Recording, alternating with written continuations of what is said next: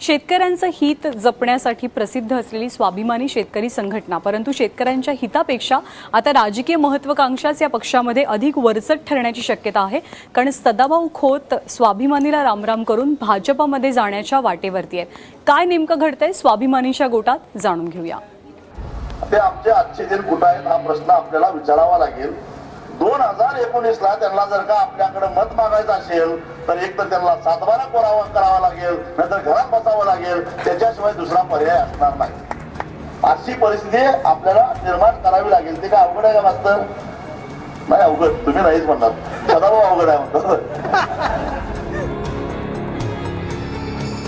अच्छे दिन कुठं गेले म्हणून राजू शेट्टींनी टार्गेट मोदी मिशन हाती घेतलंय आणि त्याच वेळी लाल दिव्यात असलेल्या सदाभाऊंनी मजबूत भाजप सरकारचा नारा दिलाय. खरंच भारतीय जनता पार्टी तुम्हाला मजबूत करायची आहे का शेतकऱ्यांचे नेते म्हणून शेवटपर्यंत राहायचं आहे? मला आमचं सरकार मजबूत करायचं आहे. या राज्यातला सर्वसामान्य माणूस मजबूत करायचा आहे.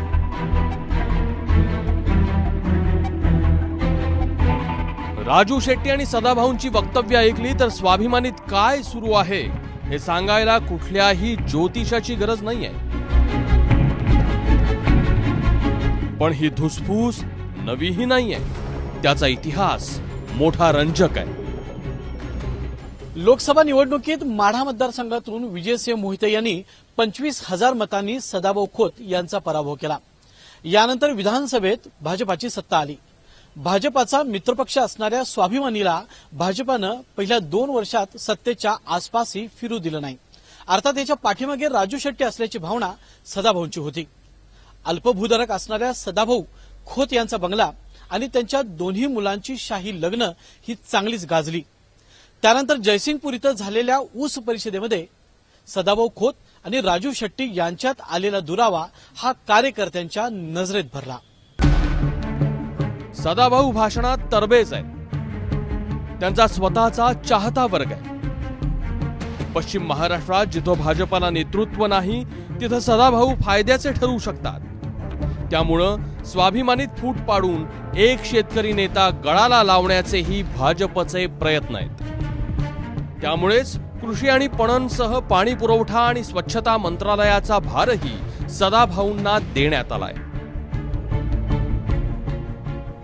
जो भारतीय जनता पक्ष स्वाभिमानी शेतकरी संघटनेचा एकही आमदार निवडून आलेला नाही, त्यामुळं त्याला सत्तेत वाटा द्यायला कचवचत होता, टाळाटाळ करत होता, त्या भारतीय जनता पक्षाला आपलं सरकार सक्षम करण्यासाठी शेवटी स्वाभिमानी शेतकरी संघटनेच्याच कार्यकर्त्याची मदत घ्यावी लागली. त्यांच्याकडे कदाचित कार्यक्षम मंत्री नसतील म्हणून सदाभाऊंच्याकडे अतिरिक्त कार्यभार दिलेला आहे. विशेष म्हणजे सदाभाऊंनाही आता शेतकरी नेत्याचा टॅग हवाय का असाही प्रश्न आहे. कारण त्यांना आता सरकार मजबूत करण्याची इच्छा आहे. तुमच्यावर आणि राजू शेट्टींमध्ये धुसफूस चालल्याची एक बातमी येते आणि तुम्ही भारतीय जनता पार्टीच्या वाटेवर आहात असे एक बातमी येते. काय यामध्ये तथ्य आहे? मला वाटतं ती बातमी ज्यांनी दिलेली आहे त्यांनाच ते विचारलं तर बरं होईल, कारण ते उत्तर त्यांच्याकडूनच मिळेल. माझ्या दृष्टीनं तो विषय महत्वाचा नाही. माझ्या दृष्टीनं या राज्यातले प्रश्न आणि शेतकरी, सर्वसामान्य माणूस यांचे जे प्रश्न आहेत ते माझ्या दृष्टीनं महत्वाचे आहेत. शेतकरी संघटनेला फूट नवी नाहीये. शरद जोशी असतानाच विजय जावंदिया संघटनेतून बाहेर पडले.